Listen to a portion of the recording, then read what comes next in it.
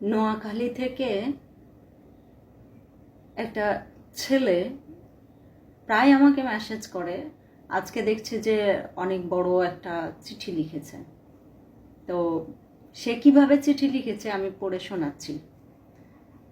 প্রিয় তহা, তহারে আমি যতবার দেখি ততবার মনে হয় আল্লাহ দুনিয়ার সব রূপ সৌন্দর্য একলাইরে দিছে। তোমার চোখটা নেই আকাশের তারা চুরি কইরা বানানো, তাইটাই আমি রাতভর তাকায়া থাকতে চাই।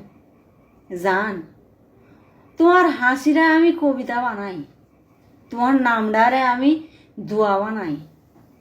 তুই না এলে আমার জীবনটা মরুভূমি, তুই থাকলে জীবনটা স্বর্গ।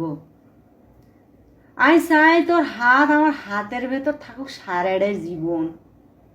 তোমার চোখে আমি আল্লাহ ভরপুর থাকি, তোমার বুকের ভিতরে আমারে লুকায়া রাইহ, যেন দুনিয়ার কষ্ট আইরে ছুঁইতে না পারে। জান, তুই আর সকালের সূর্য, তুই আর রাত্তর চাঁদ। আমি বাঁচি তোমার ভালোবাসার নিঃশ্বাসে, তোমার ছাড়া আমি কিচ্ছু না। তোমার লগে থাকলে আমি সব কিছু, চিরদিনের তোমার মানুষ। চিঠিটা পড়ে আমি 2 ঘন্টা কমাইছিলাম। কথা হচ্ছে, অনেক জেলার মানুষেরই এরকম চিঠি এসে হাজির। এখন আপনাদের কাছে আমার যে কমেন্টে জানান, এর পরে কোন জেলার মানুষের চিঠি আপনারা পড়ে শুনতে চান। আমি সেই জেলার মানুষেরই চিঠি পড়ে শোনাবো।